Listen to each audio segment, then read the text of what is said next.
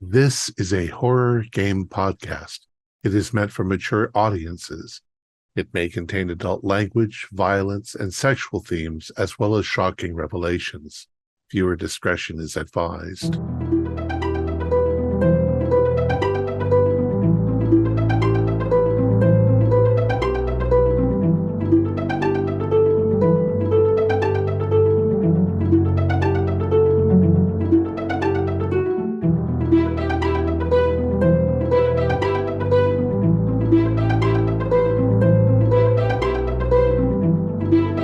Greetings, fellow investigators, and welcome back to our video podcast, Into the Darkness, where tonight, my friends and I will be playing the Mothership role-playing game. I'm your host, Thom Raley.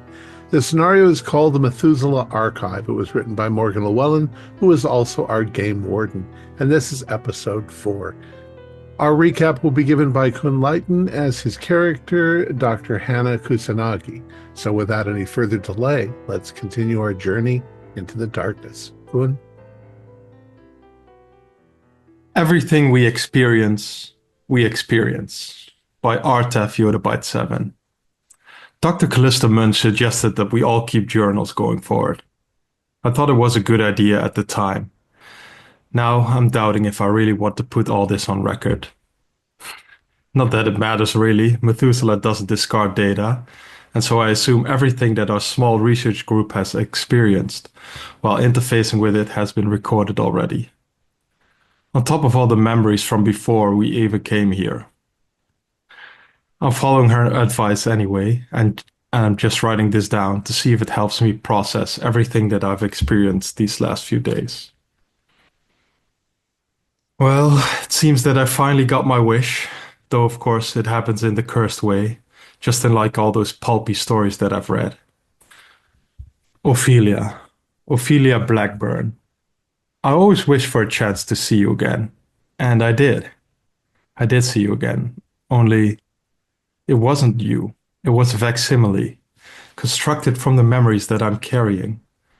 I don't know where you currently are, or if you're even alive still, after all these years I spent in cryo. But now I guess you will live forever, being absorbed into Methuselah. I still cannot forgive myself for the mistakes that I've made, how I wanted it all, and so let go of all I had. How I didn't know how good I had it, just being able to spend time with you. I took our time for granted. I took you for granted. You were the only warm and living thing that I saw in my house. You were the only one who could put a smile on my face. We cooked our meals together, after having found a way to disable the cooking bots, who would never let us cook our own meals. We'd go on long hikes through the hills, not a robot in sight, just a few birds chirping and occasionally the large animal grazing in the distance. You meant so much to me, and I threw it all away on a whim. I guess those mistakes will be saved into the archives as well, immortalized forever. After this, the recording is silent for 2 or 3 minutes. Well, I guess we live and we learn. Anyway, our crew was tasked with finding out how the tragedy on Hypnos 3 came to pass. The more time we'd spent interacting with Methuselah, though, the more I become convinced that we will all go mad before any secrets are found. Lee May has stated that it takes a little getting used to the whole interfacing bit. But I feel like every time we enter, it becomes worse and worse for us. Dr. Tangent already had to leave a session early due to re-experiencing some trauma. And so we all followed suit and ended the session early. Afterwards, we discussed the moral implications of the archive over dinner. In our latest sessions, we even started to relive the trauma of our fellow researchers. I want to say that I take some comfort in the fact that I'm not the most screwed up person of our crew. But then again, I feel bad for what all the others have gone through. And I feel guilty every time that I feel relieved about this. And boy, they sure did pick the perfect crew for interfacing with an archive such as this. All of us were perfectly mentally healthy, perfectly stable, and I'm sure our heads won't be screwed every which way once this project is over. I can see now why a psychologist was recruited for this mission. Only Dr. Moiser seems to be able to gain some knowledge on what happened about what happened on Hypnos 3, though I'm concerned about him having to assimilate into Ava, one of Hypnos 3's scientists, to do it. He doesn't even seem to know he is someone else whilst he is within Methuselah. Is that how we can finally learn more about Hypnos 3? That all of us assimilate into people from that planet? Will those minds take us over eventually if we do this enough times? I thought I saw someone else behind Dr. Moiser's eyes at breakfast this morning, as if some echo of Ava was still there. He, she, they were at their own welcoming party of their arrival on the planet and learned about some of the petty work squabbles that took place. They also lived out one of Avra's memories where she was vivisecting one of the alien pill bugs. Leave it to humanity. We discover some new alien life forms, likely sapient, giving their cybernetic exoskeleton, and we just slice into those things while they're still alive. It was done in the name of science, I guess, but still, if the aliens and the tech that is interwoven into them is so fascinating, I guess it wouldn't be too much effort to find a few specimens that have already passed away. Dr. von Neumann also seems very concerned about the privacy issue and asked if we could excise some of the memories from the archive. After seeing the bleach and hand scrubbing visions during our last session, I can guess why he was so concerned with removing memories. However, even if we could excise memories, Methuselah would just absorb them anytime we re-entered the archive. Before our latest session, we discussed some quite nice philosophical questions about Methuselah. Does it have emotions? Could we comprehend those even if they have them? Does it have needs?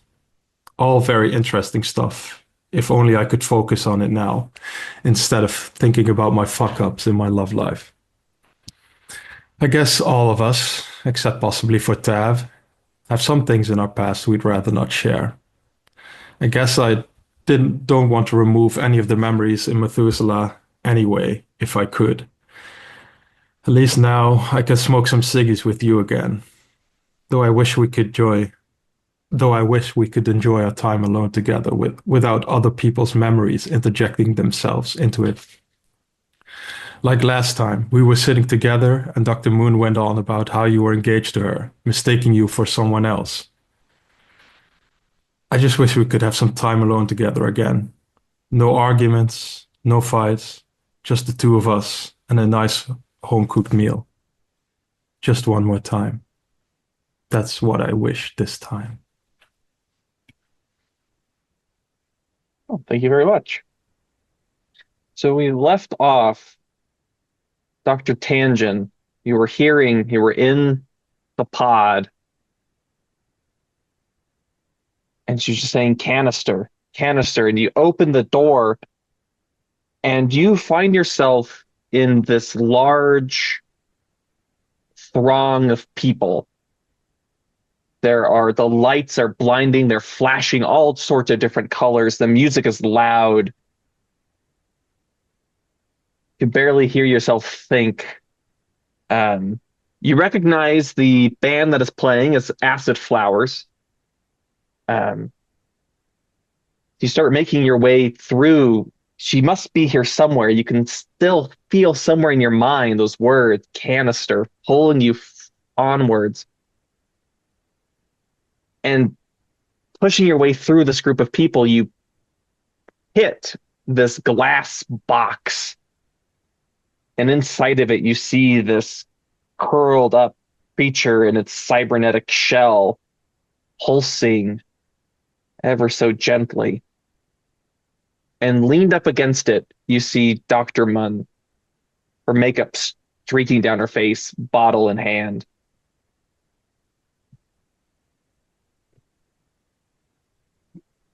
On the other side, so I'm tapping the glass like, Dr. Moon, just hitting it, and the more unresponsive, I'm hitting it harder. Can I hear it? Yes, all right. Yeah. What do you want? I just want to be left alone. Do do you know where you are right now?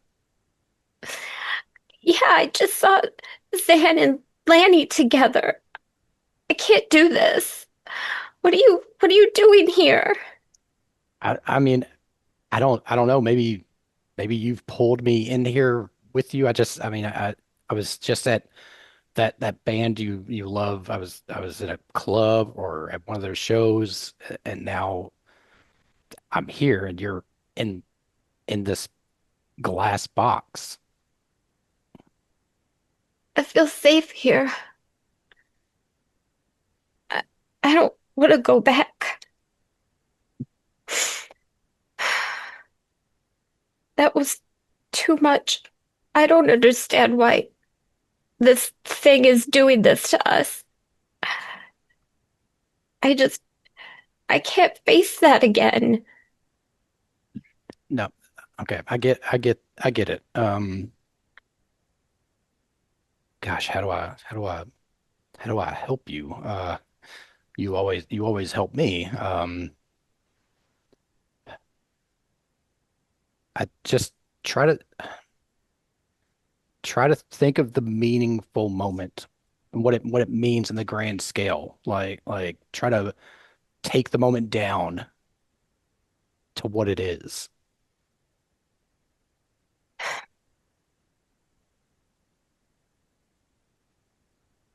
I don't know. I felt betrayed. I feel alone now.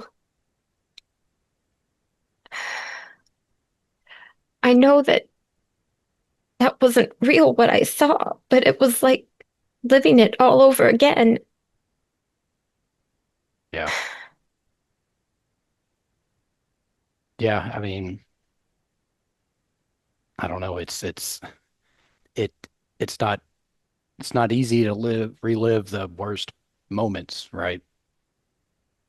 But I But mean, I that guess seems to be what Methuselah keeps showing us. Why does it keep showing us these terrible parts of our lives? I just, I want to forget that. I don't want to think about it. yeah, well, I know, and I don't think we're going to know the why, and this is wild coming from me, but I think we we got through it once, right? We lived that moment. We pushed through that moment. We, you know, stayed alive, and we got here. So maybe we just have to push through it one more time. I feel so embarrassed. I'm supposed to be helping all of you, and here I am falling apart. Hey, well, listen, I know a thing or two about falling apart. Okay. So I can help out with that maybe, but I think you've got it. You just I don't know. It just I push have to push through, remember my purpose for being here. I'm here to help with this project. I'm here to help with everyone keeping calm, including myself. I just need to breathe. If I breathe and center, I'll be okay. Yeah. Yeah, breathe. 4 seconds in, hold it, 4 seconds out. Just push through it. Is there any way for me to let him in to this glass enclosure? You look around, the only thing in here with you is the alien and the bottle you have in your hand. I think she's just realizing there's an alien sitting in front of her. Oh, I was so upset I didn't even take in this thing. And it's good that she noticed it because she needs to be distracted at this moment. Perfect distraction. What is this?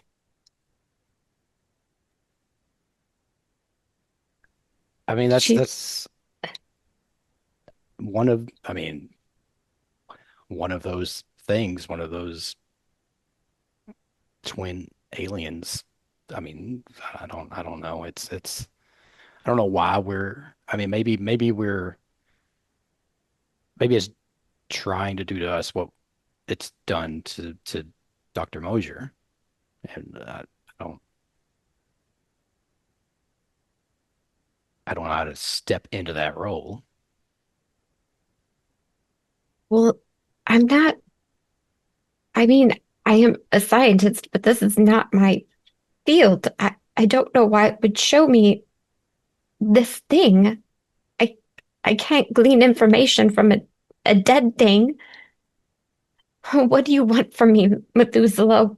What do you want from me? Start looking around for something to maybe break this Yeah, open. you start looking around, and Mun, you see that this alien starts to expand and contract and expand and contract. It's breathing. She's gonna reach out and touch it. You touch it and it feels wet and spongy. You Ooh, see yourself holding the scalpel as you start to slice into it. ooh, And Ava, you're thinking about this, what you've done to that thing. And you smell salt on the air as you're walking along the beach. Waves are rolling on up onto the shore. You see Dr. Lane is next to you, and he points up in the distance, and you see a house nestled on the shore. There's a dock, some kind of small dock jutting out into the water. And he says, "Well, they're the ones who found the specimens up there." Oh, wonderful, wonderful. I wanted to talk with them. Uh, Come, let's go. Well, if you we brought Tab along so he can record everything. Tav, Tav. Oh, Tav. Yes. Yes, Come, doctor. doctor. Oh, yes. Let's go, Tav. Let's interview I am them. at your service. Ask and it shall Wonderful. be done. So, yeah, just head right on down that beach over towards them. Yeah, as you go up to the house. Um, you knock on the door. And it opens, and on the other side you see a robot. Um, uh, and it says, "Yes, welcome." Oh, thank you. Yeah, we're here to speak with the people that discovered the aliens. Yes, I will get them shortly, Mr. Northrup. And you see inside of this room, you see two young children seated on the floor. They appear maybe about 8 or 9 years of age. They twins, maybe, a boy and a girl. Um, and one of them leans into the other one uh, and says, "I feel like we need a code word." Code word? Oh, Yeah, a code word. For when we're in trouble. Something just between the two of us, like the spy movies. canister? How And did the I other one know that? smiles. Canister. And they laugh and they laugh. Don't you forget it. I won't. I Or- promise. And you see a man in his probably his late 40s, a little disheveled, uh, comes down. He says, "Ah, you must be the researchers." Oh, yes. I'm Ava here to talk about the discovery you had of the two aliens. We're most interested to hear how and when and where they were discovered. Yes, well, the site isn't so far from here. We can. It's a short walk. Well, about 2 miles, or we can take the skimmer out if you'd prefer. Oh, yeah, the skimmer would work fine. I mean, unless there's something to see along the way by walking. You know, plenty of interesting things wash up on the beach, but I mean, your time's valuable. We'll take the skimmer. Thank you. So you're in the skimmer and you're going along the coast, and you look out the window, um, and you see a young woman seated just on the water's edge, smoking a cigarette. And she seems to look at you through the window. And she says, come on, Hannah. What are you waiting for?"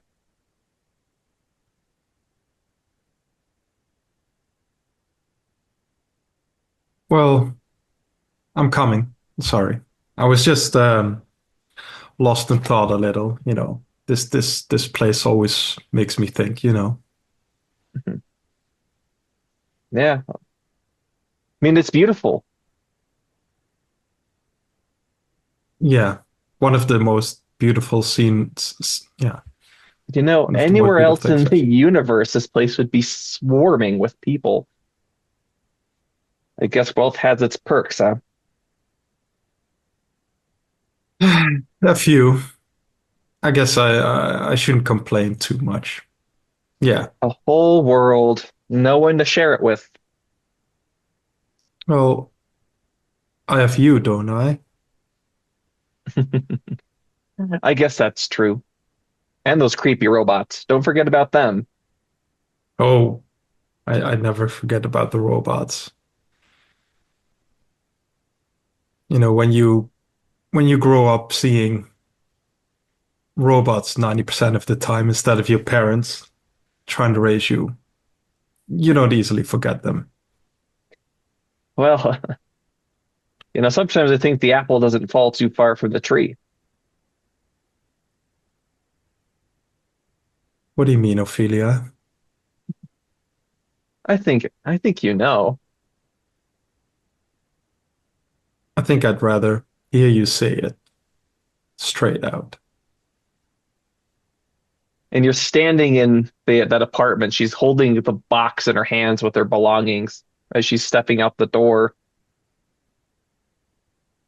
And she says, "Sometimes I just can't help but thinking that you're an android." And she slips the door closed behind her and you're alone. And I fall to my knees and sob.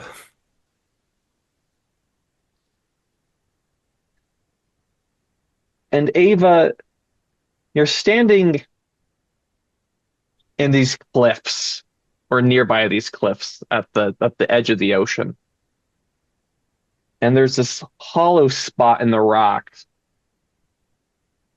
And there's these inscriptions, or what appears to be inscriptions, on one side of this aperture.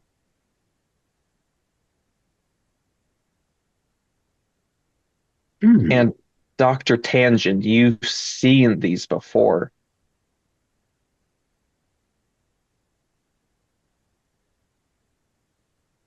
Yeah, this is what we were here for to study on that last field mission, um, to try to parse it all, figure out, you know, this language and what it meant for this society. Yeah, there's the words that Rio is focused on so intently that she just had to figure out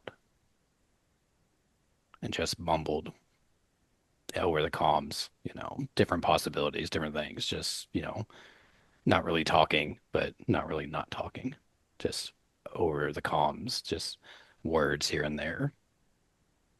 And you hear Rhea's voice coming from inside. Come on, Blaine. What are you so afraid of? The ghosts of the dead?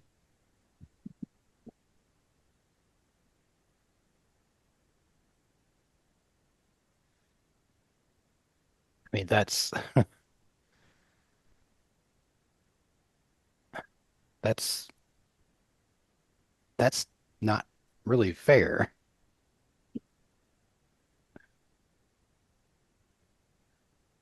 I just I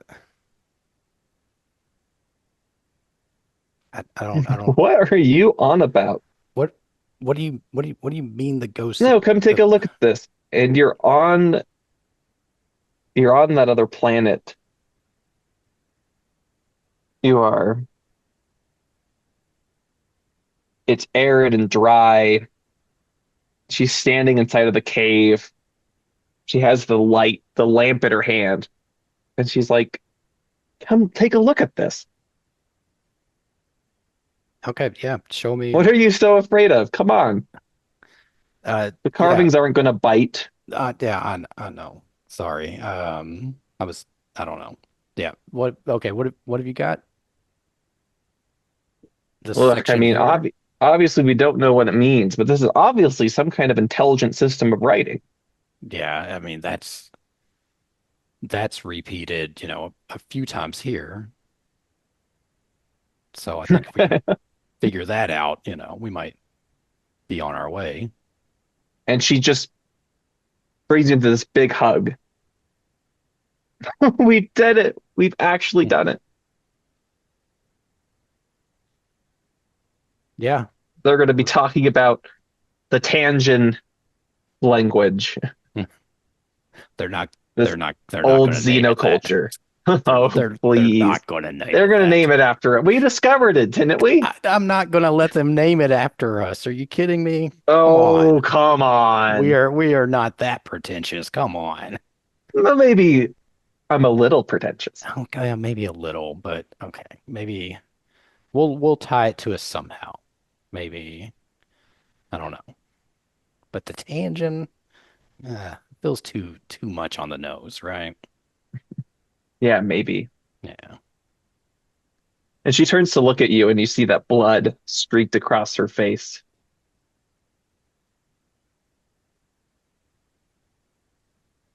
Yeah. And Dr. Lane says, Tav, Yes, Dr. Lane. are you recording? Yes. Yeah, Ava, why don't you take Tav here and take a look at what's inside?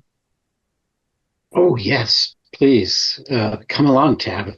I'm so eager to see this, what and where they discovered the bodies originally. This could give us quite a few clues. And do we see inscriptions? Yeah, you enter this room, and it's very, you have to, it starts to narrow the deeper you go, but the walls are covered in inscriptions. And you get to the end, and you find yourself in this hollowed out space with these four alcoves that seem perfectly shaped to nestle in one of those alien specimens, and a cluster of four inside. I'm doing a complete analysis of everything that I'm seeing, not just the language, but the rock structure, the shape of the corridor, everything. Probably taking laser scans of it all. Yes, this rock is very old, so it seems like this chamber was carved out millions of years ago. Yeah, and I'm beginning to put together that this isn't just decoration. It might have a more physical function, uh, almost like a computer. The creatures have a cybernetic outside shell, which may have plugged into whatever this was, an archive of some sort, a computer.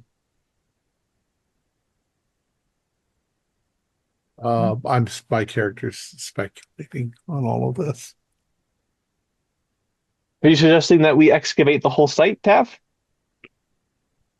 I think so, although we should do complete scans of everything before we excavate. We don't want to accidentally destroy any evidence or important findings. A microscopic analysis of these, are the inscriptions painted or are they carved into the rock? They're carved into the rock. Yeah. A microscopic analysis of the carvings themselves might be appropriate.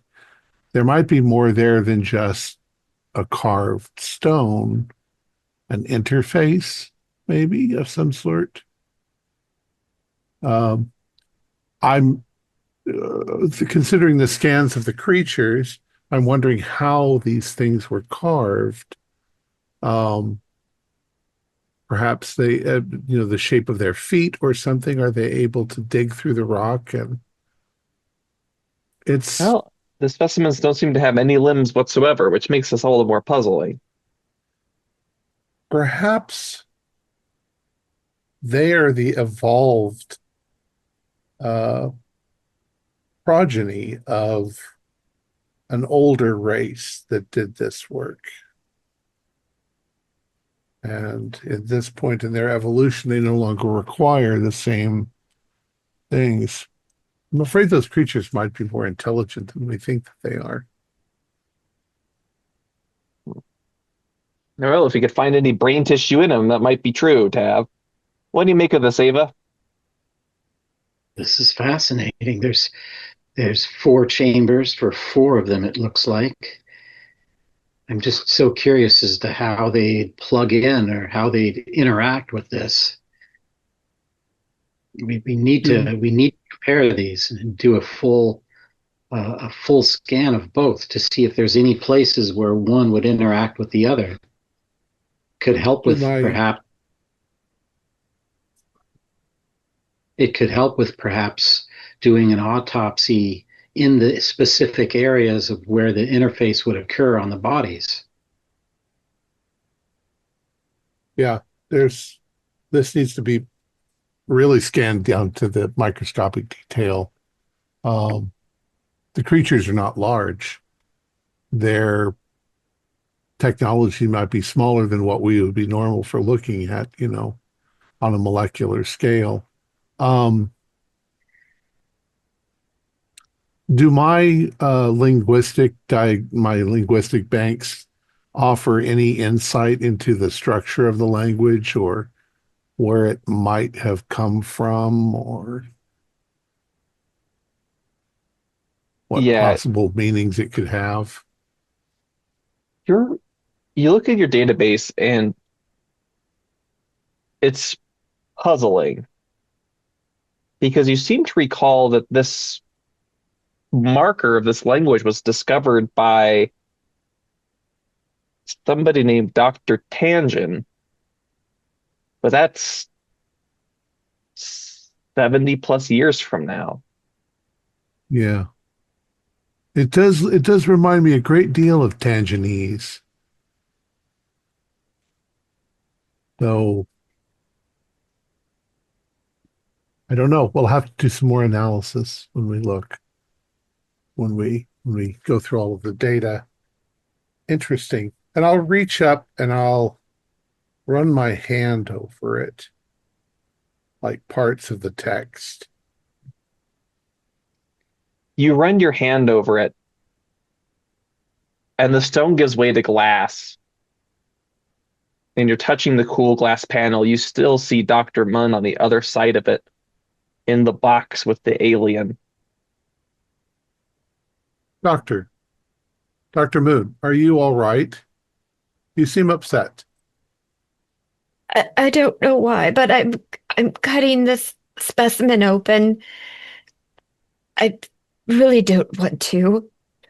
Quite disgusting, but I felt the urge. May I assist?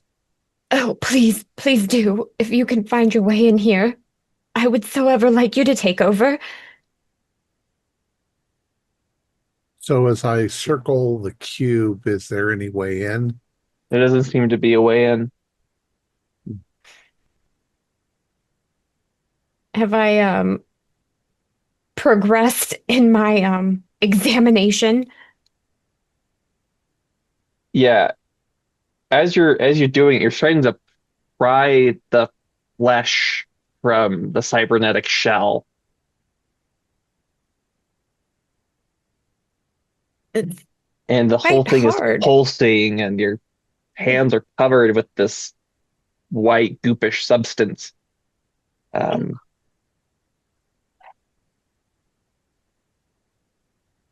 Oh, I don't I don't want to do this anymore. Why is it making me do this? Ugh, Is, I don't is, understand what I'm looking at.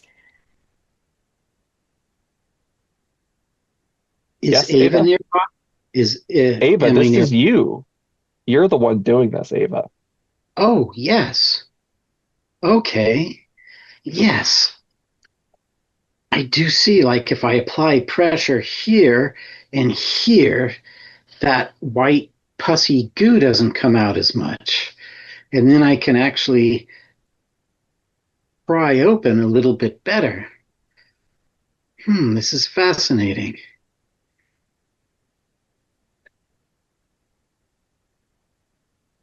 And Ava, you're um, you're sitting there in the lab, and you have this horrible feeling of nausea and the smell of ozone. You Hmm. see the two specimens that are left, the ones you didn't dissect, are vibrating. Oh, yeah, that's not right. Dr. Brightolf, do you see any evidence of appendages that could be used to dig or make carvings into rock?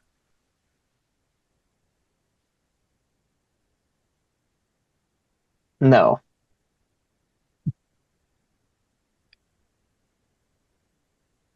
The interface, how is it attached to the creature? So, Ava, you can tell that it's almost like this perfect fusion between the flesh and the components. The components are they're a very complex circuitry. You don't quite understand their function yet. Um, but there are like offshoots from the flesh, almost like um kind of mycelium structures, or almost even slime mold Yeah, strands going up into the metal itself. It is as though the flesh is growing into the metal rather than the metal being embedded into the flesh. yes, this makes sense. I can almost see it. It's way more advanced than what we could possibly do, but I do see sort of how this is working out. Do you find that the creature has organs and uh, I mean, does it seem like a living? I know it seems alive, but does it seem like an animal or just part of an animal? Well, Uh, Ava, what do you think? Uh, it it looks like it's almost an animal, but it just stops short of being one. It we found recent evidence of an interface carved in rock where four of these creatures 4. could possibly interact with one another. I'm wondering if the creature itself is not only part of a larger hive of creatures that form a single entity, like a beehive.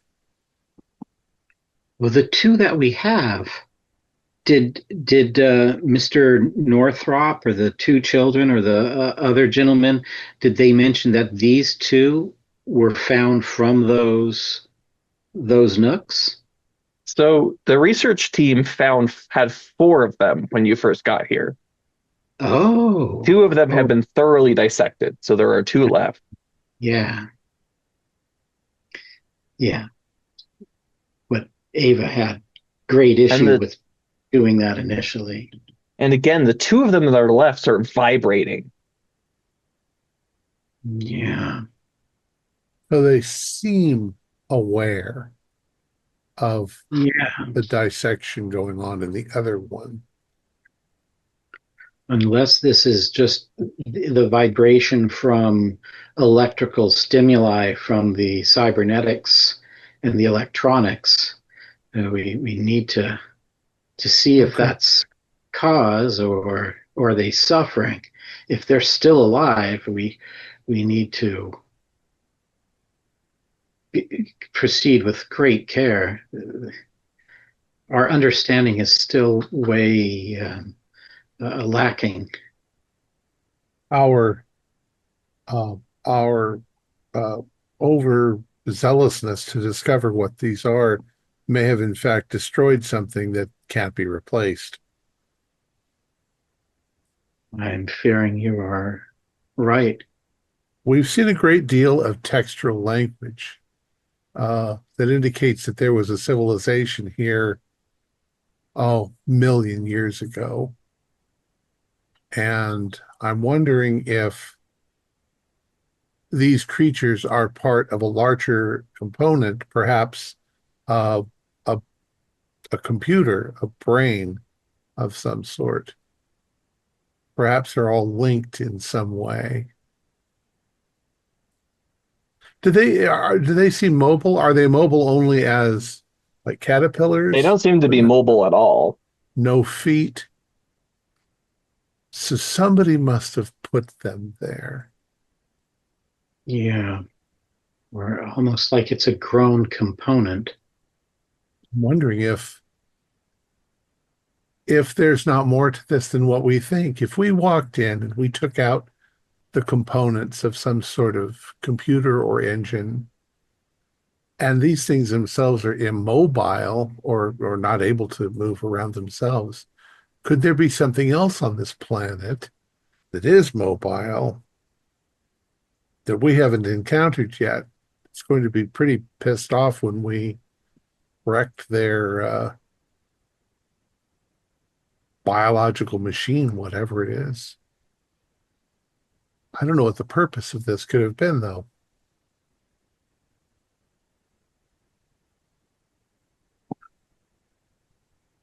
Some And sort of Ava, archive? you're seated in the lab, you're thinking. And there's this strange electricity in the air. It's as though the door opens, but there's no door. And as your life ends, you catch a flash of something. Just a flash.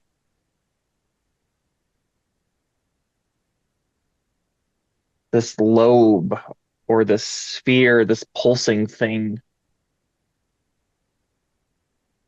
And you're seated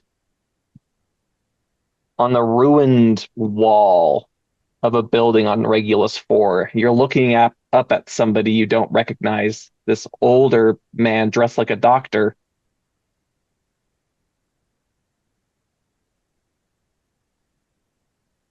Who are you? Me, I'm Jake Moiser. Who are you? Oh, Jake Moiser. I'm pleased to meet you. I'm Ava. How did I get here? Where am I? This place seems somehow familiar. But you're Jake Moiser. There was something terrible that happened here, wasn't there? Yes, he says. You're not sick, are you? Fever, I pains, chills. I don't feel sick. I was a bit nauseous earlier, but that was due to just smells and sights. But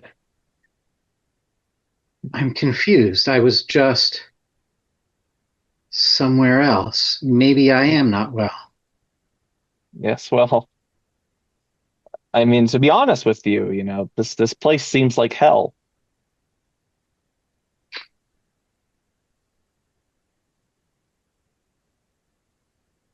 For the poor creatures I was just looking at, it seemed like it could have been hell for them, but I'm I'm not sure. Something just happened. I am very confused. And Ava,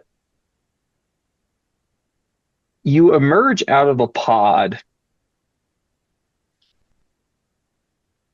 Everybody, the session ends and you all get up out of your pods.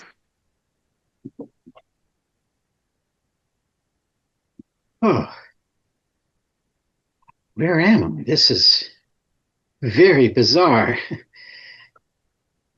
It's- Do I look around? Do I recognize anyone that's around me? You look around and you've seen these people before. They were at your farewell party. They were at your welcoming dinner. Yeah, okay.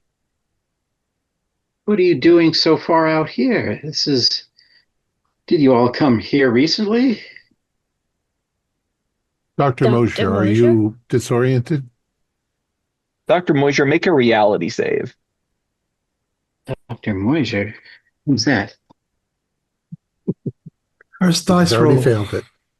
Um, and I'm so sorry. This is going to sound like the most noob question ever, but what type of dice do I roll? A D100. D100. Thank And you. you want to roll below your whatever your sanity save value is. Okay, 1 second here. Where's my? It's a D8. Oh, And here in it is. fact, Here. you could all make sanity saves for me, please. And okay, health, stress.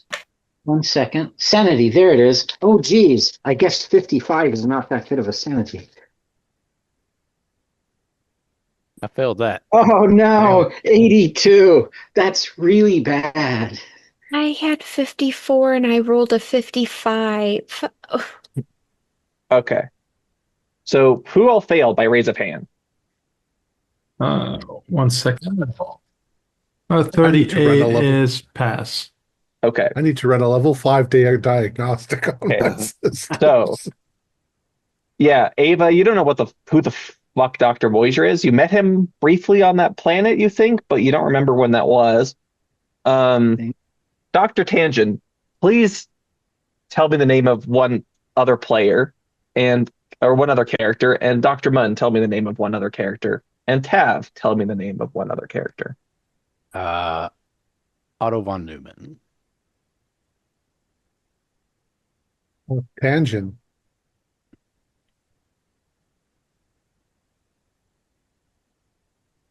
And Dr. Munn?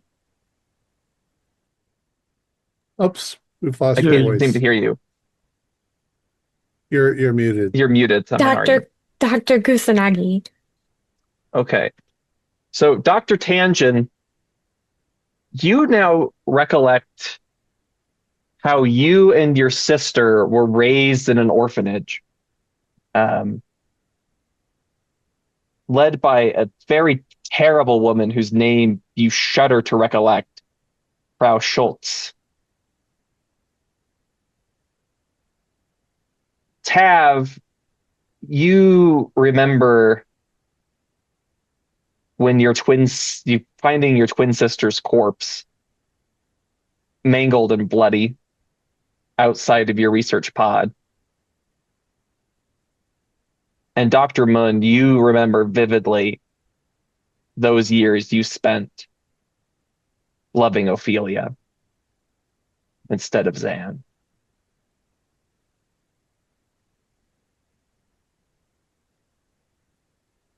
Do we also realize that that's wrong? No, those are your memories. That's always been the case. And in fact, this is very meta right now. Your characters probably don't even realize that anything's changed. This has always been the case. But Ava, yeah, you don't know who any of these people are. Well, I'd like to get back to the to studying the aliens back at the lab. Could you point me in the direction of that? Are you feeling all right, Dr. Moise? Perhaps you should have a seat. I believe he's disoriented. Is there someone behind me? I didn't see. You were talking to someone else? Who are you, my dear? What is your name? Oh, it's a pleasure to meet you. I'm Ava. Oh no. Ava What we Bridle. feared has come true. Yeah, I think that you should sit down. Oh, yeah, I am feeling a little disoriented. This place does seem a bit unusual to me. I don't remember this in our lab. And It will come back to you. Lee May comes into the room. And she's carrying this little black case in her hand. And she says, Ava, it is so wonderful to meet you. Oh, hello there. Yes. Likewise. Your name is? Oh, I'm Lee May. Oh, hi, Lee I May. also work for Gaia Research Group. Oh, wonderful. I don't recall seeing you in the research. Well, I don't work on Hypnos 3. I'm an archivist, actually. And she pops open this case, and there's this syringe with this clear fluid in it. What's that for? Oh, this is just a little bit of a sedative. Help get your head right. Yeah, I am feeling quite a bit disoriented. This will only prick a little bit. And she takes your arm and she injects you with this fluid. And then she puts a little cotton ball over it and a little bandage. And you start to get very, very dizzy. Oh, Oh, I'll make sure I hold him so that he doesn't fall. yeah. Don't worry. Gemini 7 will take you to your room. You'll be right as rain in the morning. Oh, thank you. I don't feel too well. A bit dizzy. Thank you.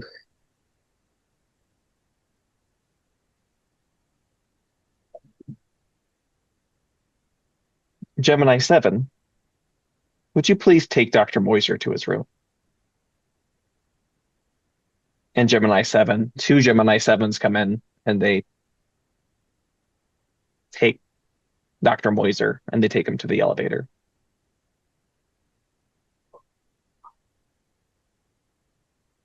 Dr. May, I'm surprised. I believe that parts of my memory have been affected in a way that shouldn't be possible. I have protected memory for my physical and mental functions, my hardwired programming. But I suspect that something has changed. Yes, well, Methuselah is capable of many marvelous things. I would have But thought who such is this things were marvelous possible. for? What about Dr. Moja? He'll be quite all right, I assure you. He just needs to integrate more, is all. What do you mean he'll be quite all right? He'll be quite all right as Dr. Mosier, or he'll be quite all right as Ava? He'll be quite as right as himself. Although he might find his past is a little more interesting. How will we know when we have integrated enough?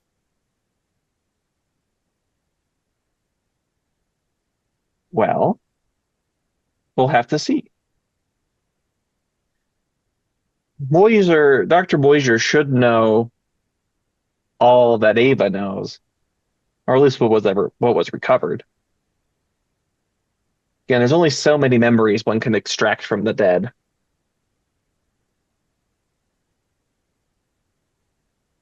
I thought we were just going to be reliving their memories, not having them imprinted on us. I mean, well, what's the difference between living somebody else's memory and that memory being separate from yourself? Well, If you've lived the memory, isn't it your memory now as well? Well, I don't see what the metaphysical difference would be. I mean right now, The epistemological difference, knowledge. How do you tell those two things apart? well, I don't know, but it seems as if, Jake has been wiped and fucking Ava has been placed over top of him.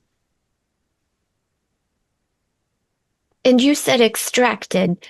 Does that mean that Ava's memory was put inside of Mosier, and Methuselah no longer has it, or it's being copied? Copy is probably the more accurate term.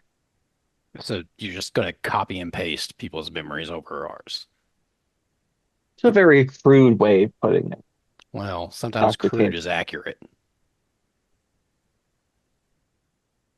Why don't you volunteer yourself to have someone's memory copied, though?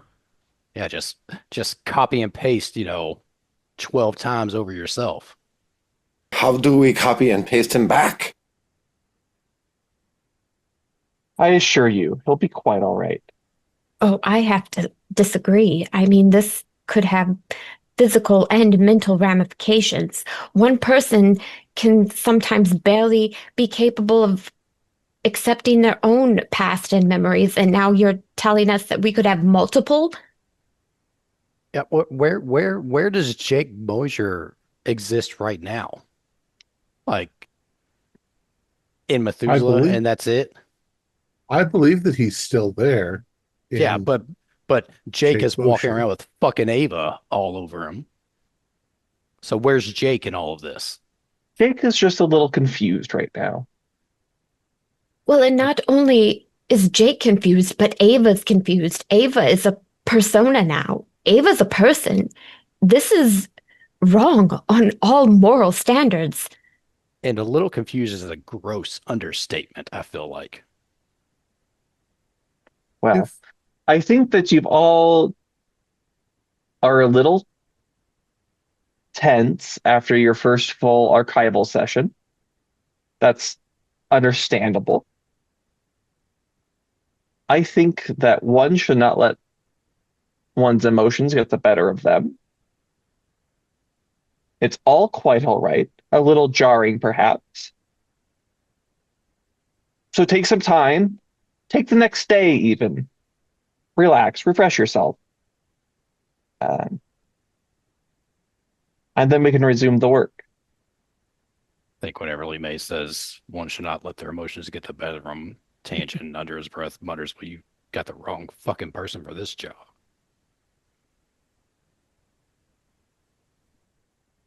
The look on Dr. Tangent's face, I kind of move over towards him and give him a look like, somehow I understand why you're not happy with this. Do we all go back up to the break room or whatever to discuss? I think Callista's gonna are... suggest, why don't we all go to the hot tubs and get warmed up and talk amongst ourselves? I mean, I don't think there's any just talking amongst ourselves possible. but I do like the idea of a hot tub. I think Dr. May touched on there may be nothing metaphysical here. We might just not be thinking it all through. You seem to take great offense at the idea of copy and paste. And yet, every time you look at a piece of data, haven't you copied and pasted it into your own mind? Every time you read a book, you've copied and pasted it into your own mind. It's a natural process, Yeah, the absorption of information. so I respect your outlook on it. Um, when we're talking about entire human experiences, I think we're in a different sport completely. Yes, we're Yeah. taking on personalities, complete and total different personalities than what we originally started with Tab. It is quite different. And I think I may though offer some insight since I was designed to take a great deal of information into myself and then have it completely purged out of me over and over and over again. I do not know how many times I have been used or if my personality has changed every time that I've done it. All I know is that my core is supposed to stay the same. And I don't think that it is at this point. Something's altering my core. Well, I Um, mean, I understand. And as much as I would like for someone to wipe and copy and paste over everything up here, it's not exactly what I signed up for. yeah, no offense, Tav, but I think it's a little different for humans than for androids. Perhaps. I don't think We there's any way for us to know. we were not designed or programmed to take on other people's memories, and worse yet, forget our own. Well, the archive is this is the cutting edge of technology. So yeah, it's not something that Um, you have experience with. well, maybe we should be careful with all these new technologies. If this is the future, I don't want to be part of it, I think. Well, perhaps this whole thing is an experiment to find people who are able to adopt a kind of stoic view and not be affected by the things that are in their own minds. Do Um, you But I don't think we ever volunteered to be test subjects. We were here to research Hypnos 3. Um, if you would be so kind, maybe you could go over our contracts and see if anything like this was mentioned that we'd of be course. subject to these experiences. But yeah, Well, and I not guess only it that, but in doesn't most matter any. cases, I'm It's too sorry, late now. No, but mm, in most cases, they would do testing, psychological testing to see how one would react in certain situations, just for this type of thing. You're suggesting that perhaps the reason why we were chosen was because perhaps they have been monitoring us to see our cases. In my case, this could have all started with the man who woke me up. He was quite kind to me, Johann Dieter. Perhaps he did something himself to alter my programming before he brought me back. I feel as if I have what you might call emotions that I don't think are part of my primary program. I seem to be quite upset with thoughts of, I don't know, they're disturbing, something I shouldn't feel. you you talked about having a virtual environment for humans to use that you had. Could I use that and just write some things down within your memory banks, so whatever is listening cannot easily notice it, at least, or discover what I'm writing down. I would take great comfort in that. Yeah, you're welcome to do that, though I'm not confident any longer that my memory banks are inviolate. I think that Methuselah might have found a way to get inside my head. I mean, the slightest bit of hope is better than nothing, right? Of course. At this point, our group has moved elsewhere, correct? Yeah. Dr. May's not in the I vicinity. assume you are in the hot tubs right now. Okay. That's where this conversation is happening. Okay. Yeah, I'm you're not sitting having down this conversation. cross-legged next to Right, right.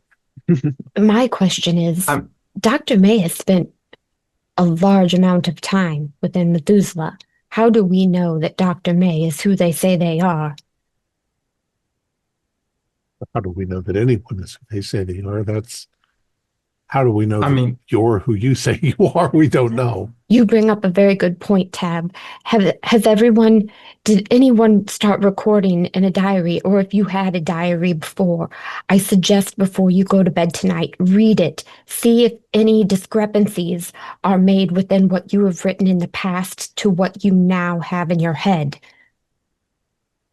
well, I put it digitally into the machine here, so they could easily alter my diary entries as well. Yeah, What I wanted to say as well is I fully believe Lee May is who she says she is. The better question is that the same as with Ava? Ava believes she's Ava. I'm sorry, Tangent. Dr. Tangent, you were also going to say something. well, I've been Dr. Moon, I've been keeping a diary and deleting it immediately. So, but I mean, a lot of it's just talking about my past in the orphanage and, you know, me and my sister getting through that. So I don't know what Did not I'm know you gonna had a explain. sister, Dr. Tangent. Your Yeah. sister, I had a twin sister. We Who- grew up in an orphanage. Had a really awful headmistress. What a strange coincidence. Your orphanage as well? Yeah, what was your sister's name? It was Sister Schultz Yeah. yeah. Nein, Schultz. Frau Schultz was our headmistress. Yeah? Frau Schultz. Sister Schultz, yeah. This is Awful. not possible, Dr. Tangent. It is not possible that we would have the same headmistress. You've never mentioned once an orphanage to me in all the times that we've spoken, Dr. Tangen. But I mean that's like my childhood defined. You know, me and my sister found strength in each other to get through this awful. Nein, Dr. Tangent, that is my childhood defined. My That's my sister. childhood. Did you have a sister? My sister Yeah. died violently. There was blood. We And are having a I'm an problem. android, so I can't have a sister, but I have a sister. Do you recall your sister's name? Who's that at? It's I say Tab. Blaine's sister's name. Yeah, Rhea. Yeah, Rhea. Do I Dr. recall Tangen? how she died? You do. Let me send you.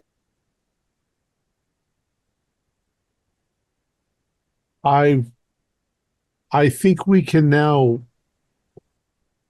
surmise that some of our memories have crossed over between us. Memory bleed. This has gone much farther than we thought. But then whose headmistress was Mrs. Schultz? Mine and Rhea, it's clear the mean, I can't smell bleach and not think. Nine, I, nine, I, Dr. Tangent. This is not your memory. This is my memory. this, I, no, it's, if I could ask Rhea, she would confirm it but she's off doing research, I mean, we kind of went separate ways. We experienced the same thing. There's this awful, just awful, manipulative head mistress of this orphanage. Oh, Dr. Tangent, I'm so sorry, but every time that we've spoken, you told me that your sister had passed away, and it was quite detrimental to your mental stability.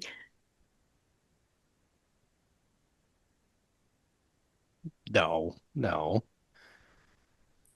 no, that's no, no, no. Rhea is alive and doing her own research, because we we we worked together for a while, and then we split off. No, she's not not dead. She's no, no, Is that's this something that's going to insane. right itself? I mean, Dr. May said that Dr. Mosier was going to be right as rain.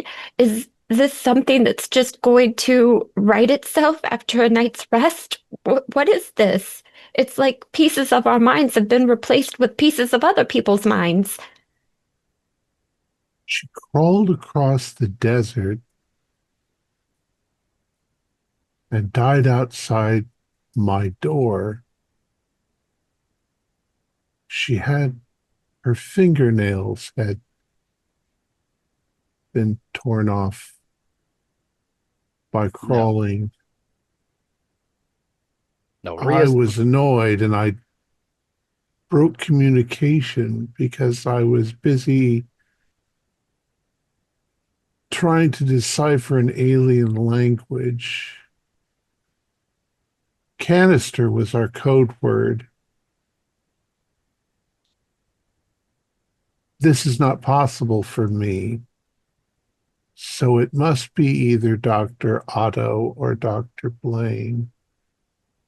no, no, it's not. No, no, fucking no, it's no.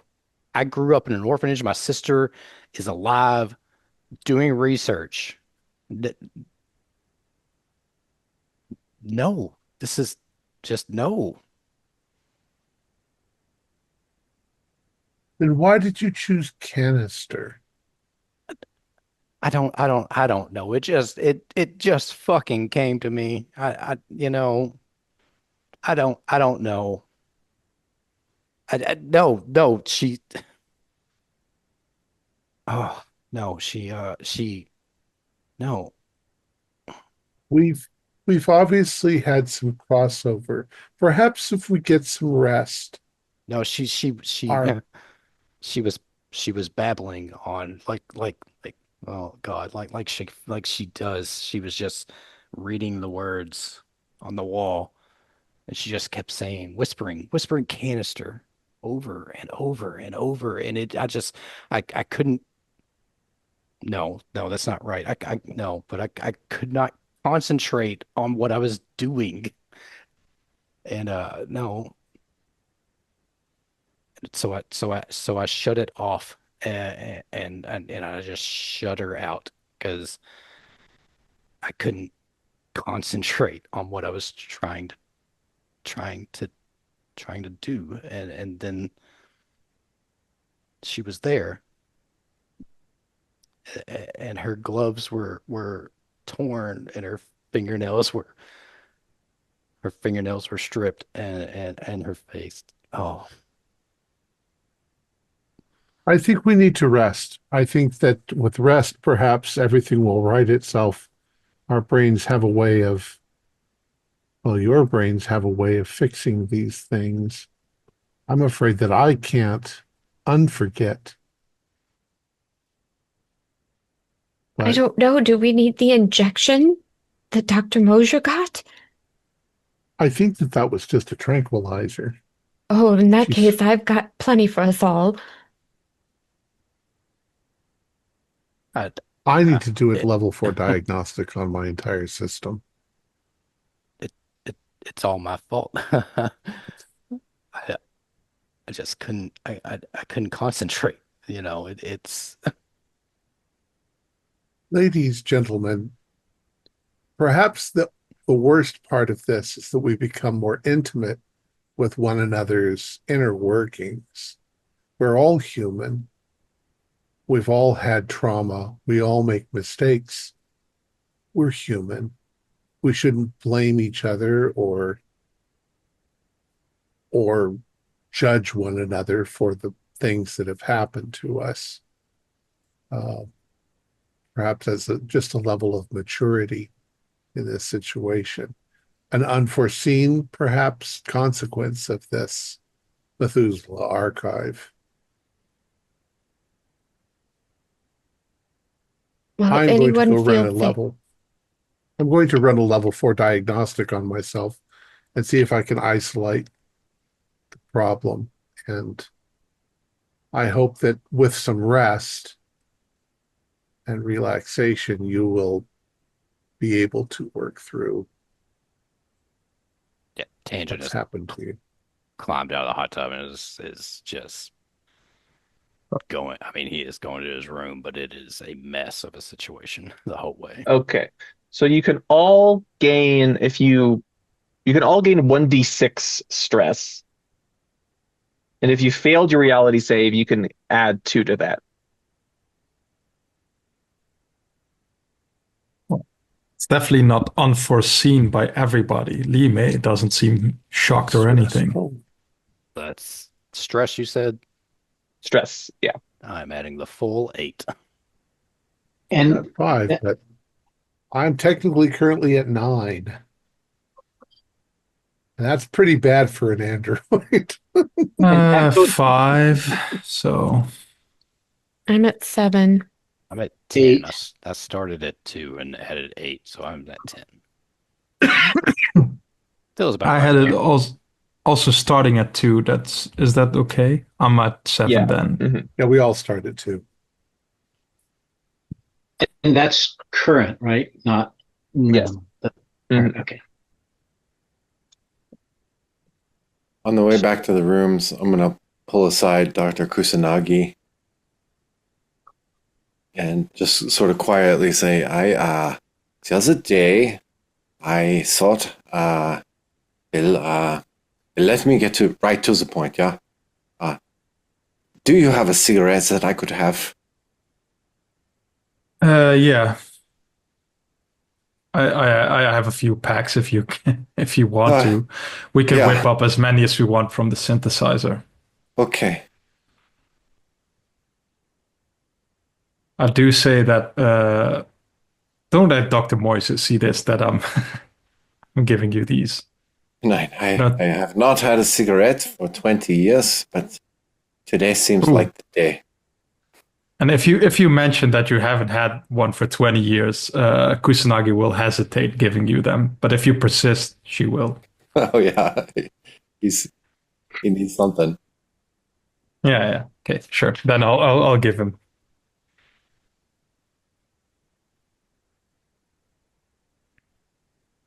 I'm afraid Okay. that we have made a terrible mistake by coming here. All right, so you all take the medication from Dr. Munn to help you sleep.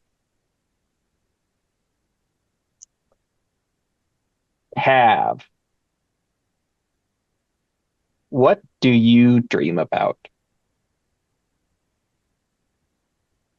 I dream about, I go over my memories of Johann Dick Dieter, who woke me up. I liked him. But now I'm thinking that his familiarity may have been a little more like like he had done something to me. So I imagine that he created a secret storehouse inside my memory so that I could actually retain memories that I wanted to keep. It's like a secret library.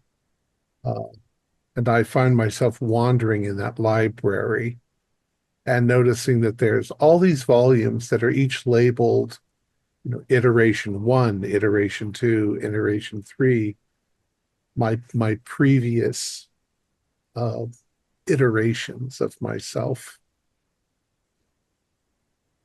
And I see that little girl all bloody and laying outside the door. And I don't know why that horrifies me so much. I know her, but I don't know her. And that makes me think I'm malfunctioning. So my own confidence is beginning to undermine myself. I might be becoming psychotic myself. So I'm running diagnostics in my mind. At least that's what I'm dreaming about, if you will. That's what I need to do. Okay. Dr. Tangent, what do you dream about? So I think I'm in an orphanage. I'm in my room, or maybe just on my bed, because maybe we probably don't have our own rooms. And I'm working on something. Maybe I'm coloring a picture, maybe I'm drawing something, maybe I'm just writing out a lesson.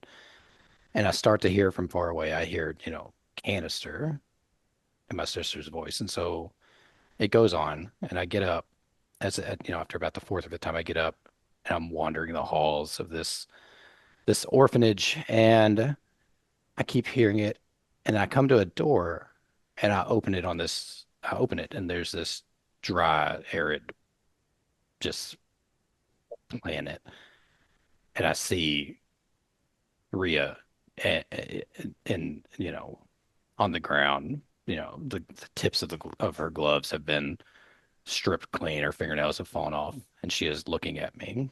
And this time she's not saying canister. She is just saying, "You promised.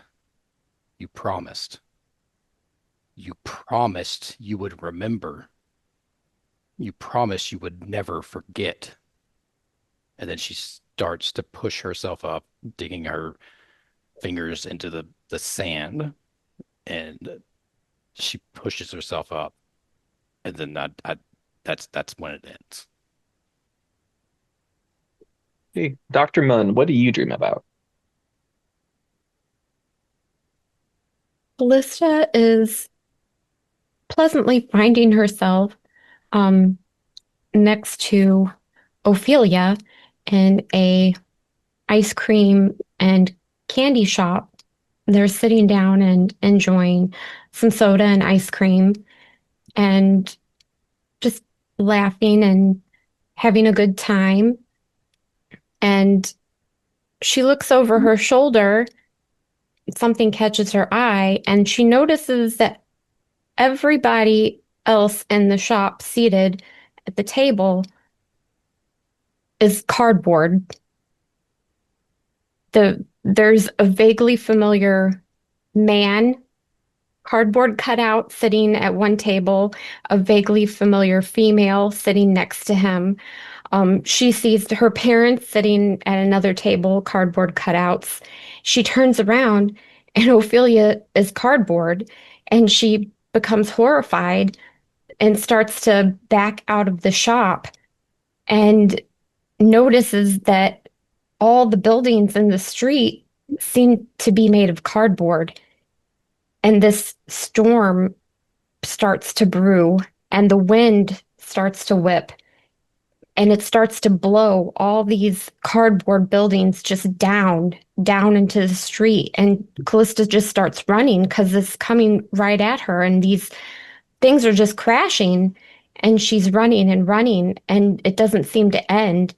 And finally, cardboard just topples on top of her.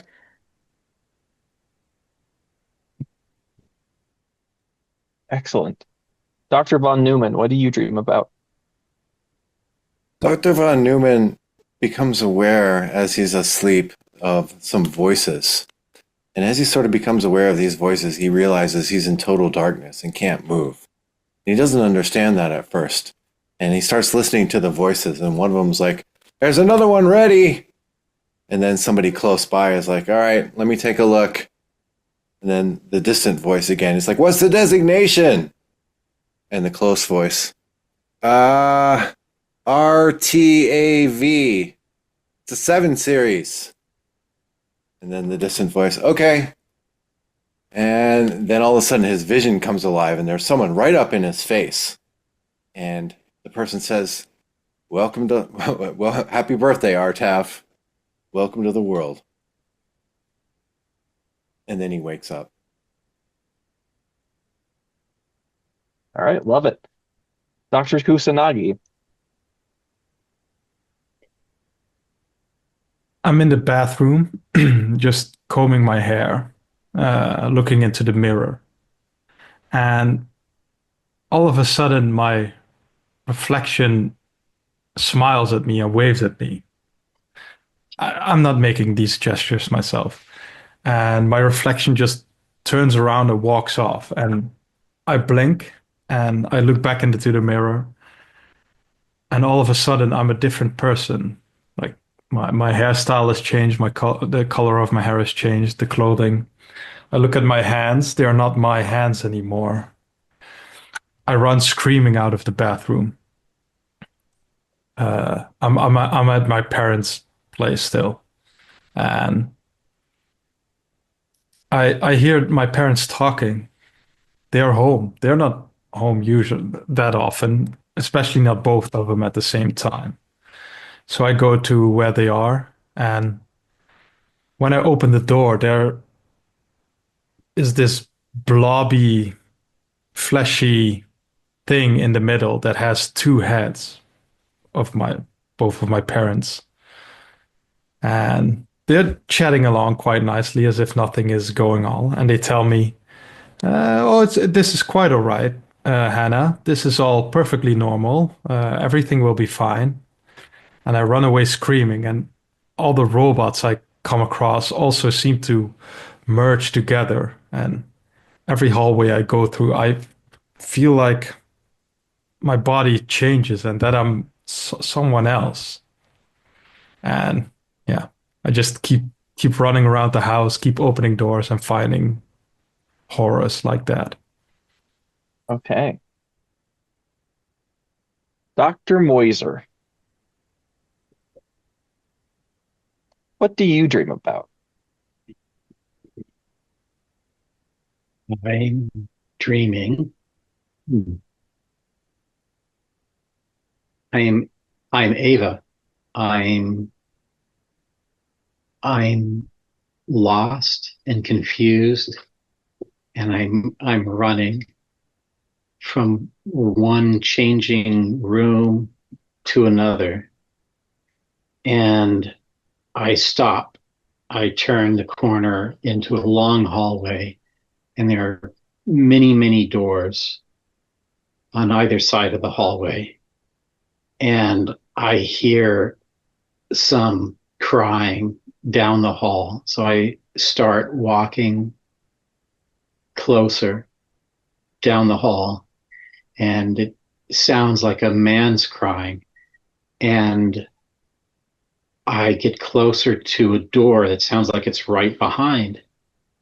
And I slowly open the door, and I see in the door, I see a man there, kneeling down, just kind of rocking and crying and just mumbling to himself. And I come closer to him to try to comfort him. And I start sort of rocking with him. And I start sort of crying, and I can't stop. And I feel someone's hand on my shoulder, and I stop, and I look up, and it's Ava comforting me. And I am just frozen in terror. And then suddenly my world just shatters like glass and I snap out of the dream. Okay, so you all wake up in the morning.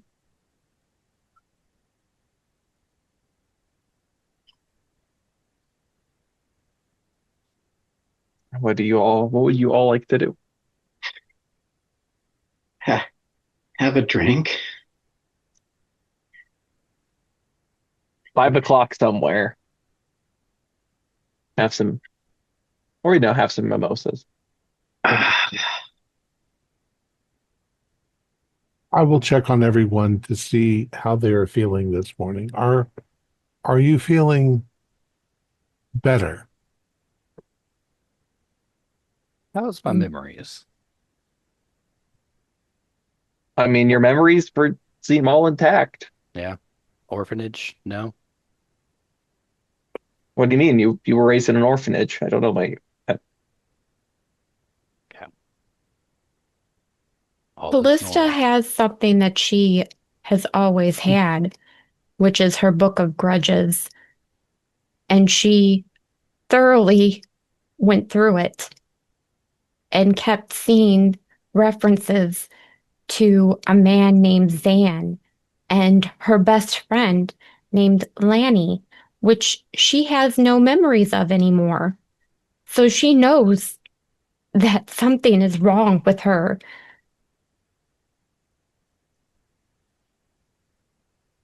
That is definitely not good. I don't remember these people at all. And they're all in this. I hate to say it, it's very juvenile of me, but anybody that's wronged me, I've written in this book forever. And I don't remember these people, Tab.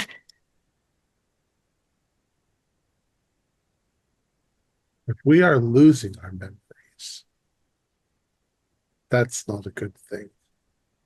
I don't know if I'm losing or gaining. I have conflicting memories of a sister that is off doing research and a sister that is dead on some air planet. Do you keep any kind of records of your past? Journals, diaries?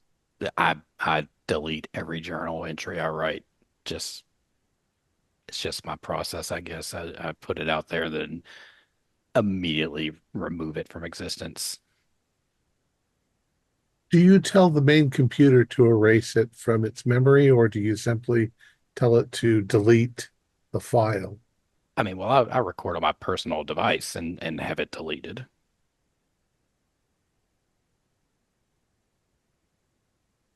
Perhaps you shouldn't delete them anymore. If we're going to find our, I have core memory, but you guys don't. I can always go back to factory reset. At least I think that I can. I should be able to. Yeah, I But think all we can do is full delete.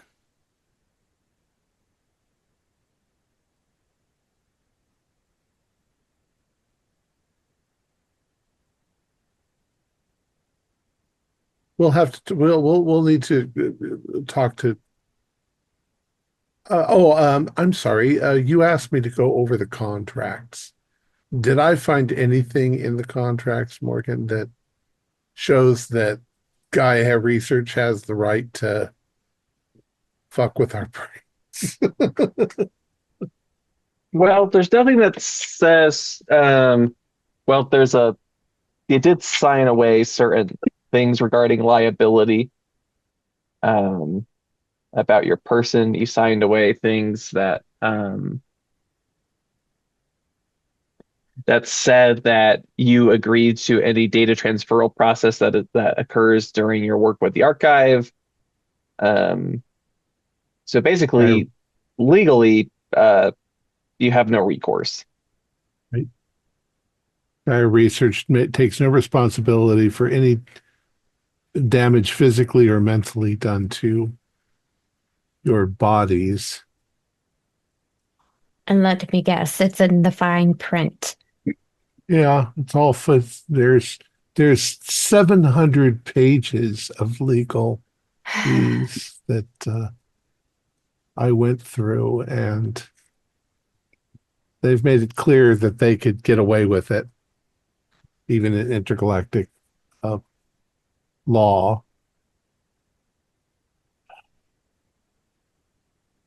Does anyone do we all recall how we got recruited, or did we volunteer, or were we approached by somebody? Well, I signed up hoping for a big payout. So sadly, you signed away your own brain for, they could just keep deleting parts of your brain that say, I was supposed to get paid this much. And then they'll say, no, this much, no, this much, no, this much. Tab, you're depressing me. We all suddenly volunteered to do this for free for the goodness of whatever. I think that we may have been misled. However, I don't know how we could proceed. We can't exactly just get up and leave. Nope. I think we're in too deep now anyway. It's also possible that we could be way over exaggerating this, and tomorrow or the next day we'll feel perfectly normal and fine again. I mean, look at Jake or Ava. They are not getting better by the day. They seem to be getting worse each time. It's only been a couple of days. Am I present at the table? Yes, you are. I'm actually feeling okay. I think there's some blurred memories, but coming fresh out of Methuselah, it was overpowering. But I think with time, with the medication to help me kind of reset myself, there's not enough of Ava's memories to completely overwrite anything. It's not an entire lifetime that Methuselah is presenting us. It's bits and pieces. But important bits and pieces. I care for my brain to not be cut up like a jack-o'-lantern. Yeah. It presents another problem, and the problem is that our own memories, mine, not mine, mine's a computer memory, but your memories are already fragmented. You don't remember every minute of every day since you were a child. You only remember certain bits and pieces. So if everything is bits and pieces, how do you distinguish your bits and pieces from someone else's bits and pieces? Yeah, there would be. Yeah, there is some of that. I'm just not certain that there's. Don't get me wrong. I have great reservation about this, but there's not an entire lifetime of Ava in there. There's scattered moments that are recovered. So I think. Go ahead. I think with limited recollections recorded and we're experiencing would lend itself to being able to through time, through therapy, we could be separated from a smaller handful of experiences. I don't know. I'm not a psychiatrist, but I'd be willing to try this a little longer. But if things get worse, then I don't know if we should proceed. Right here, right now, we know who we are. So we know that any personality other than that, like Ava, is not our own. I think the problem at hand is what happened on Hypnos 6. And what have we learned so far? They found what was it, a cave or a building near the ocean that had carvings on the walls and 4 spots for these creatures to go in. Creatures that were immobile and seemed to be part of a component to something larger. And did you not say, Dr. Mosher, that there was a moment you thought that you died?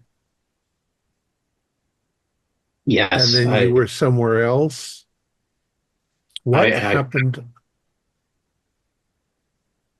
What happened on Hypno 6?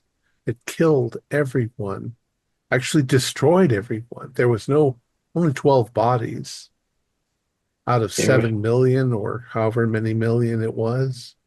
There was something, a sudden change, a sudden rush, electrical, like charge, or hard to explain, just a change in atmosphere, an electrical rush, as if like a door opened, and then for a brief moment I saw something, or Ava saw something. They damaged the components to some mechanism, and then maybe whatever it was retaliated and wiped out the human colonists. Something. What if it was a weapon? What if this thing that you saw was actually a weapon? Yeah, I just caught a brief glimpse of it. It didn't seem like a weapon. It seemed like some sort of mass of something. I can't quite. We need to find out what the 12 people had in common. There's only one way to get more information, and that is to use the archive again. And also, we have the reassurance from Lee May that the confusion will subside as we continue to use the archive and become more familiar with the interface. Yeah, that's what she says. Or we become new creatures. We become hive minds ourselves. Each of us sharing each other's mind. I definitely think that I got a bit of Dr. Tangen. I don't know if any of you got any of mine.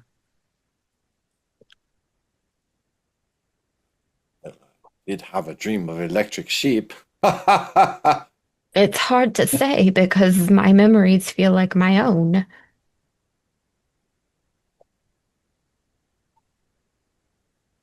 Yeah, but they won't have continuity with your life. So it might take a while to figure out which ones aren't yours, but you probably will eventually figure out. Your brain will know that you didn't have your leg chopped off or something with obviously the memory of someone else.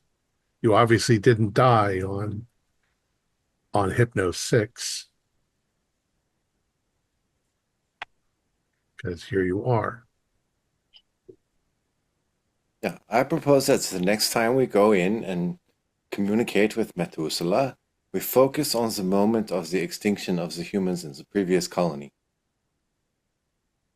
Apparently my brain's been altered because I keep saying Hypno 6. It's Hypno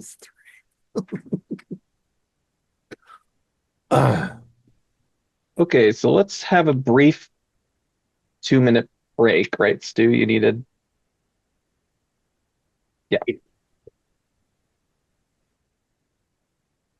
Oh.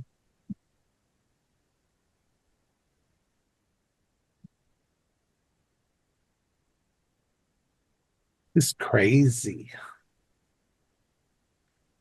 Somebody's going to get my memories and find out that I'm some sort of an assassin robot that was murdered 10,000 people.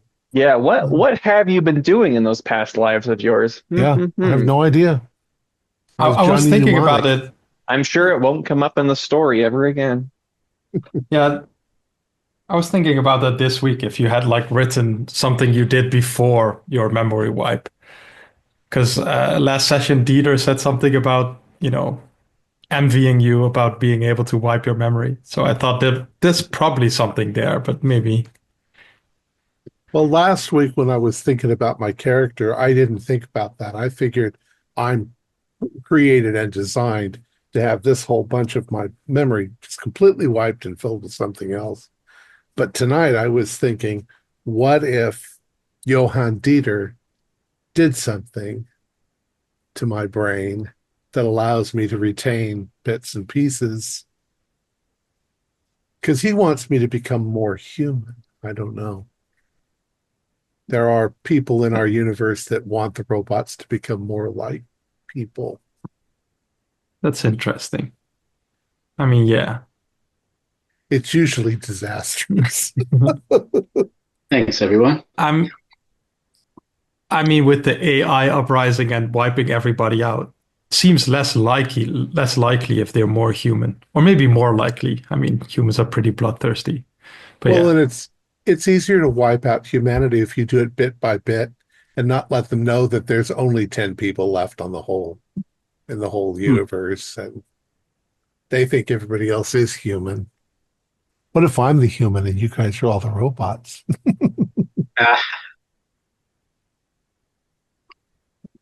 Those Gemini 7s creep me out.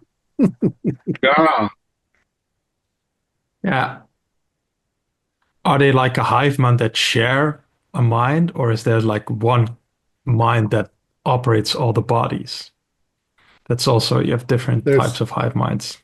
Gaia Research has probably got one central thing, and they just send out updates to all of them at the same time.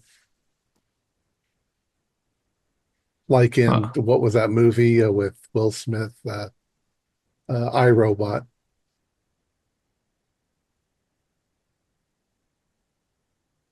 Anyway, I'm glad I said something in the recap about seeing Ava behind Dr. Moise's eyes outside of the tank. That's cool. Because I thought that hasn't happened yet, but I thought, I mean, that's the way we're going, right? So I'll just slip it in. Yeah, that's great. What's funny is I'm honestly confused about whose story was whose. right. I think by the time this is over, we might all be. Yeah. Yeah. We'll all be one person. We'll be our own little damaged hive mind. Well, speculation, I'm wondering if Hypnos 3 already had in a super advanced hive mind alien computer. Yeah. We damaged it, and it said, yeah, got to take care of you. Just wiped everybody out. We'll find out. Next time on the Methuselah Archive. Yeah. Next time. I think my robot's going to start smoking cigarettes. Yeah. Really funny. That's the spirit.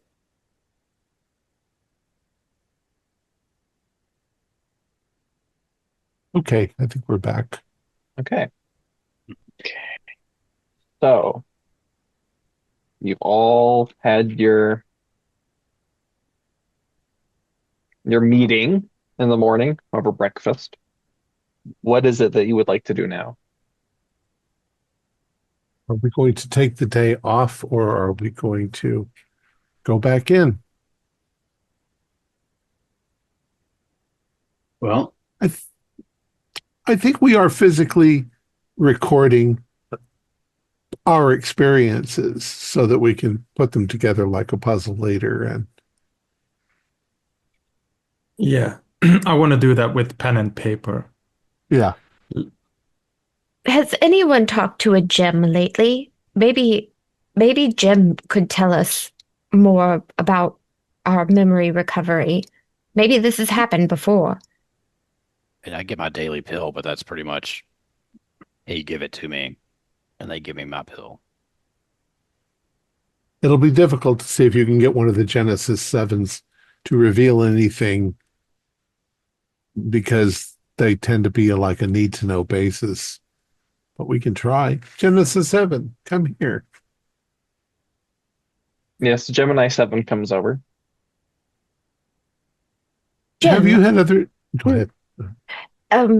we seem to be having a little memory issue and wondered if you could illuminate us on when our memories would start to come back to us.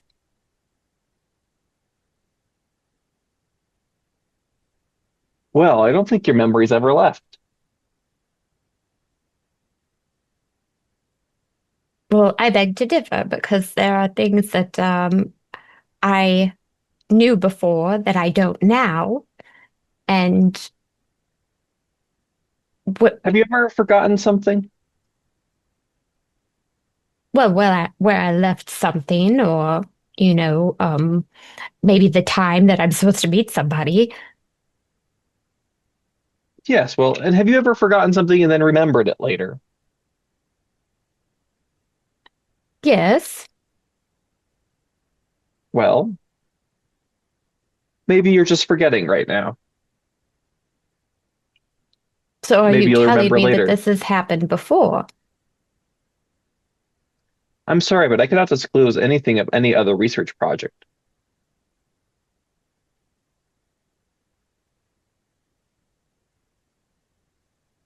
Well, what about Gemini 7. outside of a research project? Oh, well, people forget things all the time. Well, has everything, all the interactions with Methuselah always been for research, or has anyone just conversed with Methuselah for fun? Again, I am not at liberty to discuss any other usage by any other parties of the archive. Hmm. Gemini 7. We seem to be experiencing disorientation. Extrapolating from the experiences of previous groups that have attempted this, can you give us an average time when we will no longer be disoriented? What I'm really trying to get is for him to admit that there have been other groups that he's extrapolating the information. And he says, I don't quite know what you mean, Tav. Well, if there are 20 people and they all experience some disorientation, but on average, most of them recover within a day, then that would be the kind of information that I'm looking for. What is the average recovery time based on extrapolation of previous attempts? You will all be quite all right.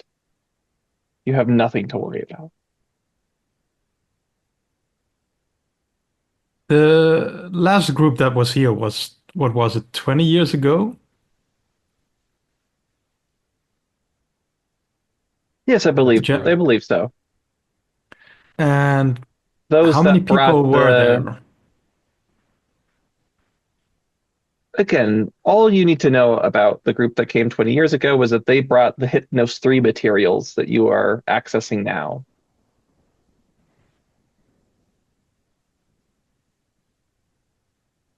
Interesting. Okay.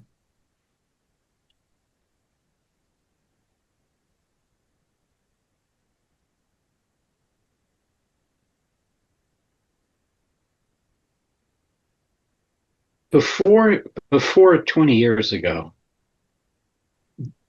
when was the previous research group prior to 20 years ago?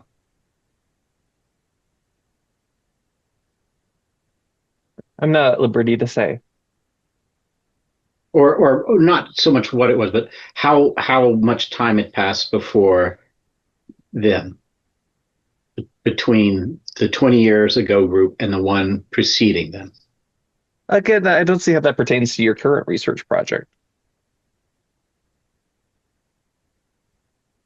Well, it's how our brains work to piece things together. collectively. Sometimes you study something and it's not necessarily the individual element you're studying, but it's the environment in which you're studying things in that give you clues as well. Anxiety may be a determining factor in success. We're trying to alleviate anxiety. Well, again, perhaps you would all do well to take the day off.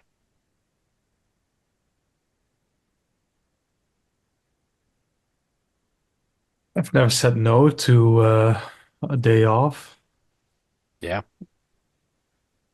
Well, perhaps it would be a good test to see if anything comes back. Yes, I'm sure you'll remember eventually.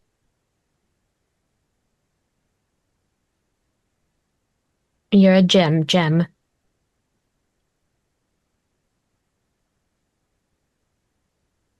A creepy gem. Are you the one that gives me my daily pill? Well, of course. I will take it, please.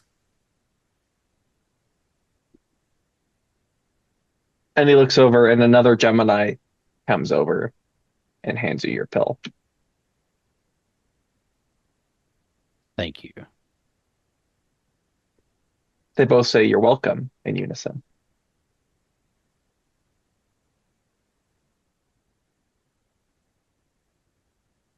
Well, what do you think that we should do with our day, our free day? Well, we have plenty of recreational facilities here on the station. Your ship's daily orbit window will come around in the next couple of hours. You could always return there for a while and come back down. You could go, it's still raining, but you could take a tour of the surrounding environment outside.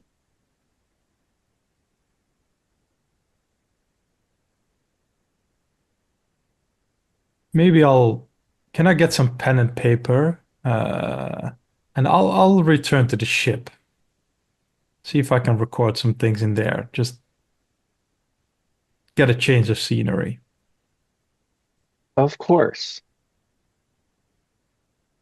I'll go with you, Doctor, if you do not mind. Any company?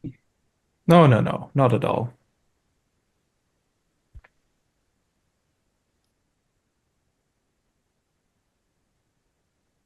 Now, is the environment hospitable for humans, or is this something that we'd have to be suited?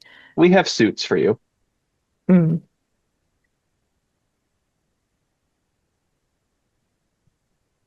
I believe I would accompany you, of course. I would like to have an invigorating excursion. Gets the heart pumping, you know. What about a Land Rover? All this walking. Yes. Not what I had in mind, but sounds quite nice as well. Yeah. I could go for a walk or ride. So yeah, I'll accompany you all. Yeah, a change of scene would be good. Yeah. A picnic, as they used to call them. Stretch our legs on the outside a little. And what about you, Tav? I will accompany my companions. Okay, so we'll start with Dr. Kusanagi and Dr. Moiser. You take a shuttle back up to your ship that's in orbit. All right. I want to go over the ship and see if it's like what it's communicating with the planet below.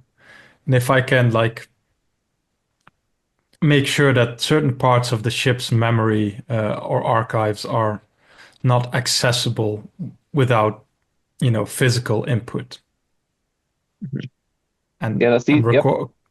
record some things there that about our past experiences. And as well, I'll write down things on paper and hide those papers on board.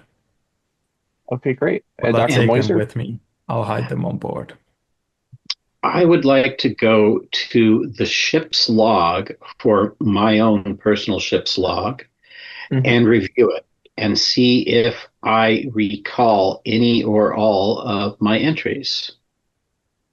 You seem to recall all of them. Well, that's quite encouraging. You have full recollection of your entries about the Regulus 4 incident. Wonderful. Okay. All right. I mean, well, granted, you don't seem to mention that girl you met on that street. But yeah. Interesting. Okay. Well, this is very encouraging. I just mentioned to Dr. Kusanagi that it's very interesting. If there was an archive on any other planet that only had visitors once every 20 years, I could not imagine that archive keeping its funding or open much longer. No, especially with how many Gemini 7 are there? Like 10, 50, 100? We cannot even begin to tell because they all look the same. But why are there so many for like a few researchers every now and then? And Lee May is stationed here for how long? Yeah. Yeah, no, that's a very interesting question. But happily, my ship's log, I seem to recall it all, so that's a very good sign.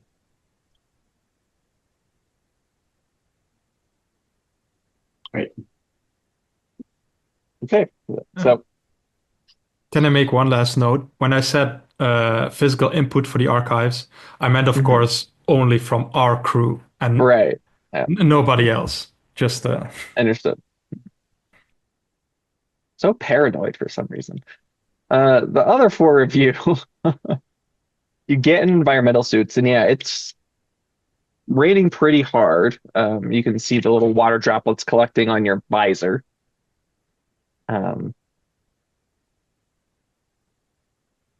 Yes, well, again, pretty bad storm system this week, but normally it's quite sunny outside. And there's these alien grasses growing all around the station. Very lush, very green.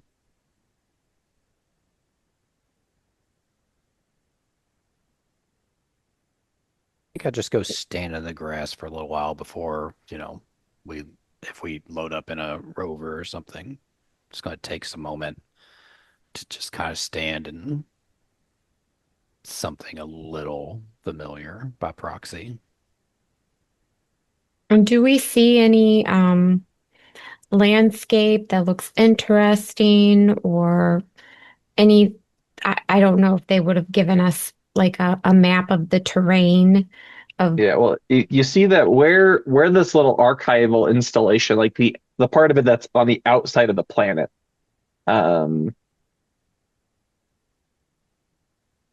it's pretty flat. They built it in a place where the natural geography was conducive to such structures. You do see, I mean, off in the distance, you do see what appear to be large hills. Well, from what Lee May explained to us, Methuselah grows across this landscape, I suppose. I'm wondering if any of Methuselah is actually exposed. At which point, Gemini 7 says, well, yes. Part of how Methuselah's metabolism is through photosynthesis. Oh, very interesting. I would love to see this. And he reaches down and he plucks one of the strands of this grass. And he says, well, here, A little piece of Methuselah, just for you. This is part of Methuselah?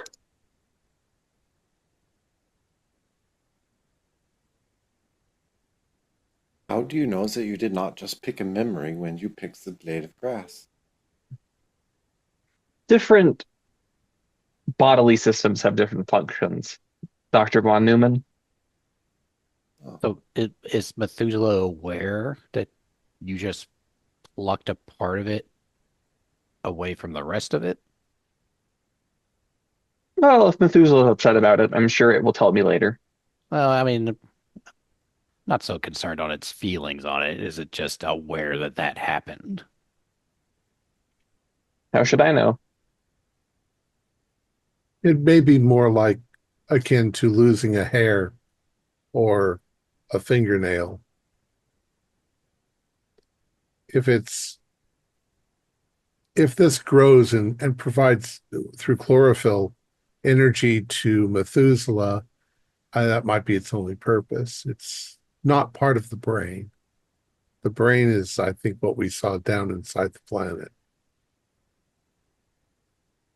And how far does this grass spread? It goes as far as you can see. The self-sustaining organism. Yes, yeah, you will find,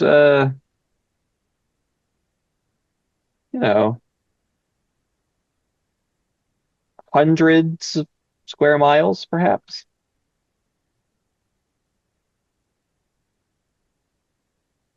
Like solar panels. So the sole purpose is just to photosynthesize. To feed, I guess. Well, that means underneath our feet, this whole subterranean area is just Methuselah. Yes.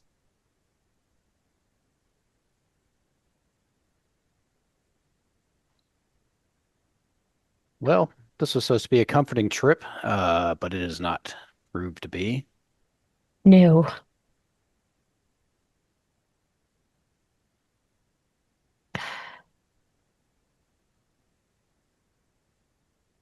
Do we want to go further? Do we need to see more? I have no idea. I mean, Perhaps we can get in the rover and just enjoy the landscape as we drive around. Yeah. Perhaps we'll see something beautiful. Back. Okay, yeah, yeah, we can try that.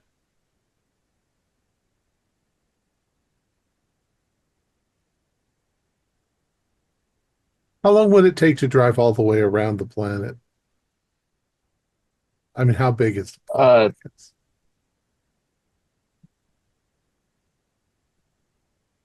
I mean, your ship orbits. I mean, it takes 24 hours for your ship to orbit it.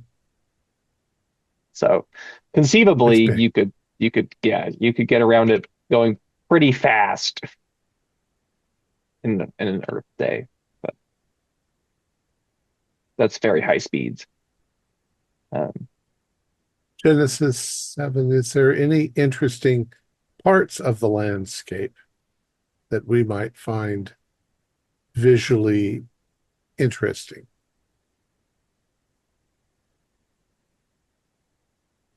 Oh, well, there are the ocean. Let's go see the ocean. Yeah, that sounds good. Okay, so the four of you get on a skimmer with Gemini 7 as they're flying off towards the oceans. As Dr. Moiser and Kusanagi are still on the Prophet. And that is where we'll end our session. Our players included Carrie Marion, Stuart Lively, Stefan Amshi, Cohen Lighton, Kent Blue, and myself with Morgan Llewellyn as the game warden. We have a Discord server where you can chat with other members, you can set up private games, and you can learn the finer arts of gameplay and game mastering. We provide audio-only versions of our shows free for you to download from Podbean or iTunes. Support for the show is provided by our patrons who are listed in the closing credits. If you'd like to show us your appreciation, please visit our Patreon page, or you can use the thanks button just below the screen. Like, share, and subscribe to our channel, and punch the bell icon for updates on our latest shows, and leave us some comments. We enjoy reading them and answer any questions you might have. This is Thom Raley, together with all the members of our gaming club, inviting you to journey with us once again into the darkness for another adventure into the universe. I'm sorry, almost did the Lovecraft stuff. For another adventure into the strange and sometimes terrifying universe of the Mothership role-playing game. Until next time, good luck and gaming.